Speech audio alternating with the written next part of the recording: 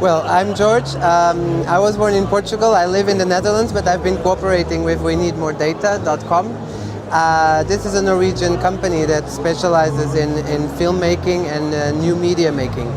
The project that we brought here is basically a web-based experience for teenage girls, because we identified that in the market of online media, teenage girls were only having these kind of blogs that have makeup suggestions and beauty suggestions, and we thought, well, this is a community that is very active on the internet, and from both a market perspective and a content perspective, it is a community that is worth working for.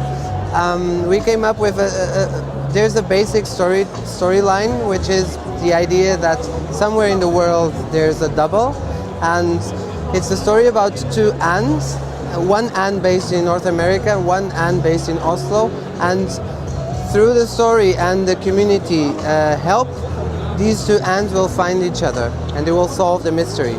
Our goal is to promote some sort of edutainment and through networking based on online media, based on online communities.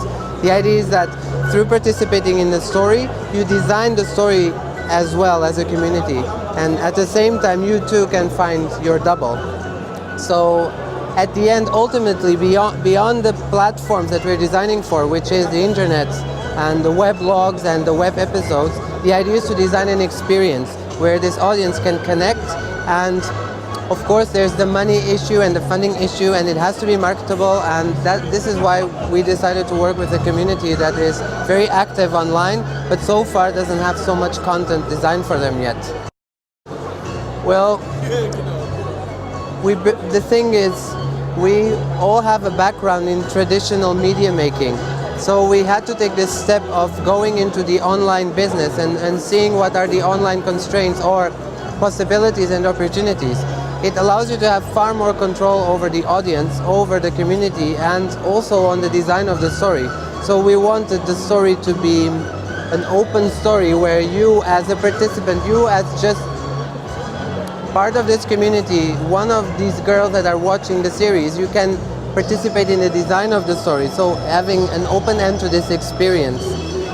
First Motion helped us in the sense that the knowledge was gathered, and we could approach this knowledge and we could test this knowledge in place with other experienced people, but also in terms of business orientation, because the business models that work for traditional media do not work for new media, and you have to take into account all this new YouTube phenomenon, the Facebook phenomenon. How does this, in terms of storytelling, can be enriched in terms of creating this experience?